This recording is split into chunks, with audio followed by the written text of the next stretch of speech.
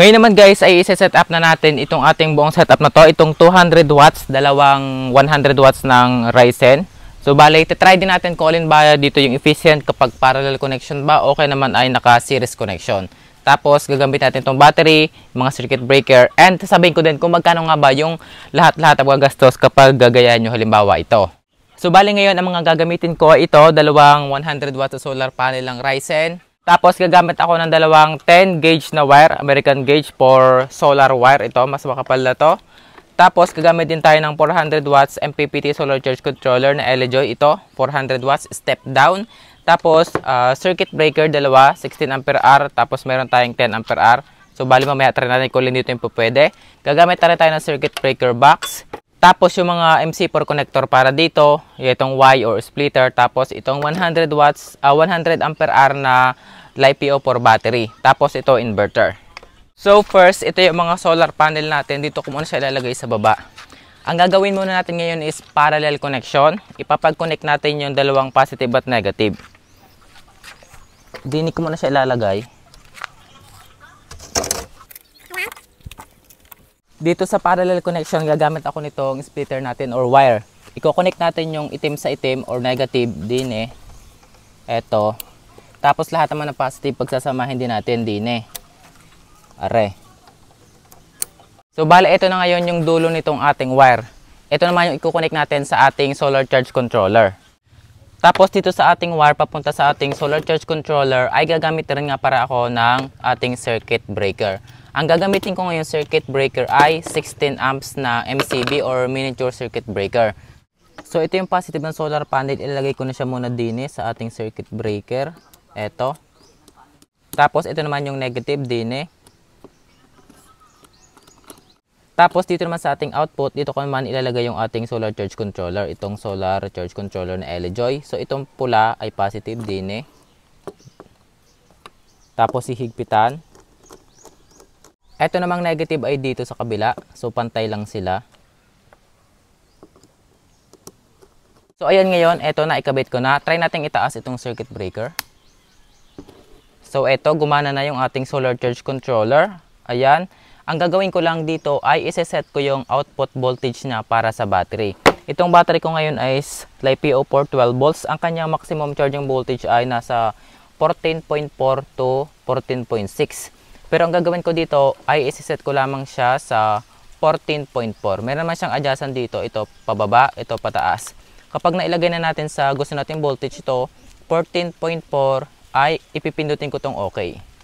So ayan, kapag na-set na, okay na.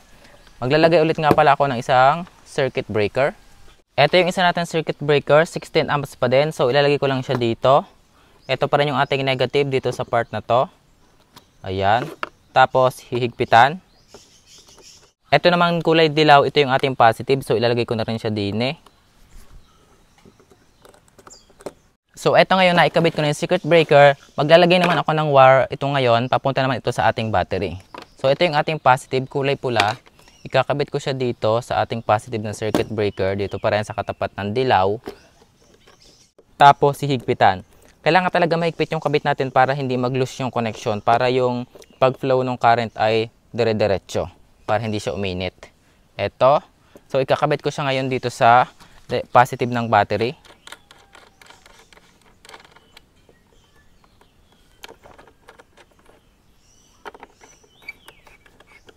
Ito naman sa ating negative, dito naman sa kabila.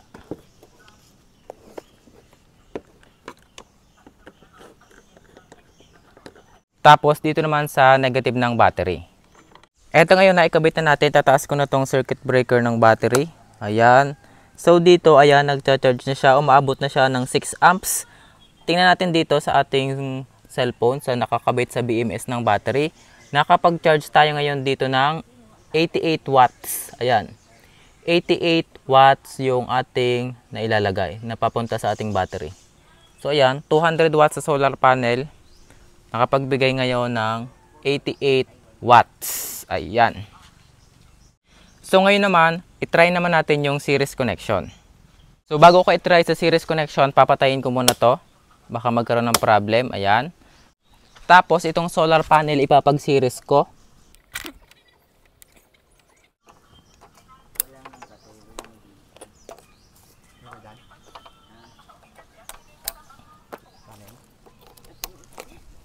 Bali, ito yung solar panel. Ito, positive at negative pinag-connect ko. Tapos, bali, ito na ngayon yung positive.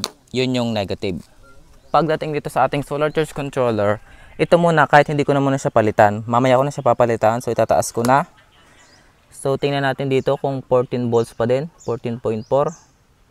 Ayan, 14.4 volts pa din. Tataas ko na to. So, tingnan natin dito. Ayun. Umabot siya ng 107 watts. 112 watts. Ayun.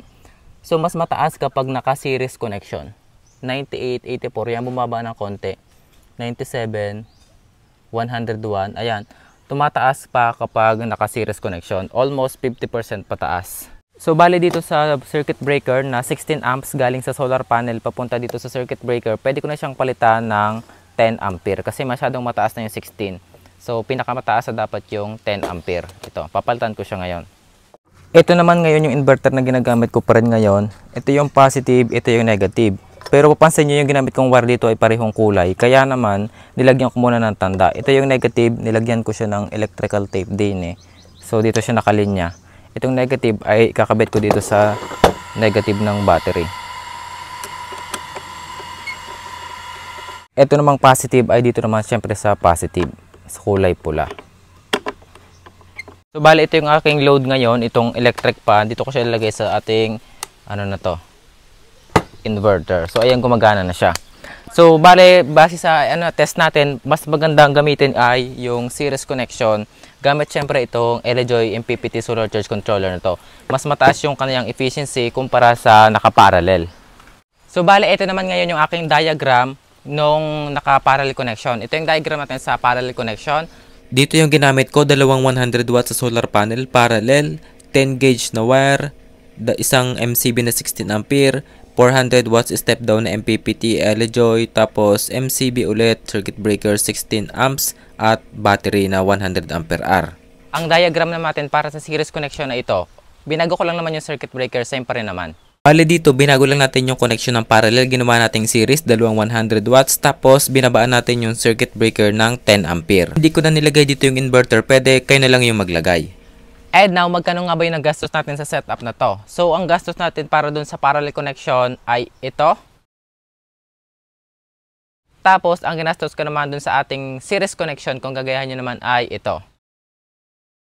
Almost pareho lang naman sila, nagkaiba lang sila sa circuit breaker at saka sa connection ng solar panel. Pero sa mga gastos, almost same pa rin.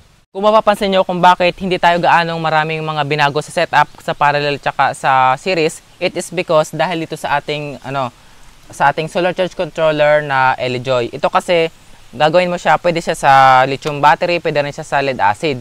Ang magkakaiba lang sa output voltage. So kung gusto mong gamitin sa ibang battery, sa lead acid or sa gel type or sa mga LiPo4, pabaguhin mo lang yung kanyang output voltage. Kung ang gagamitin mong battery ay katulad nung sa akin, LiPo4 12 volts, pwede kang maglagay ng output voltage ng mga 14.4 to 14.6 volt.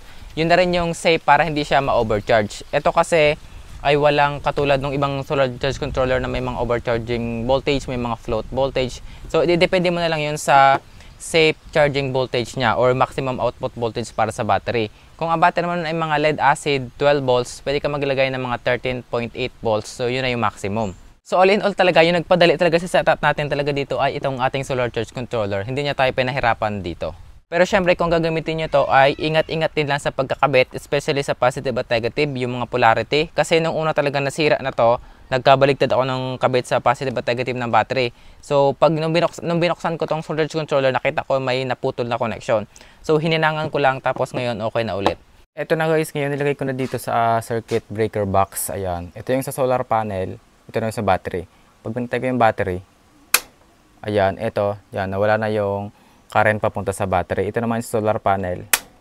So, ayan, nawala. Tapos, ito naman yung kanyang pangsara.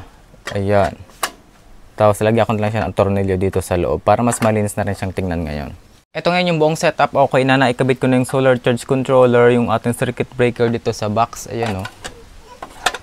Bale ngayon, nilagyan ko na lang siya dito ng sulat. Baka kasi iba yung gumamit para alam nila. Ito yung battery. Ito naman yung sa solar panel.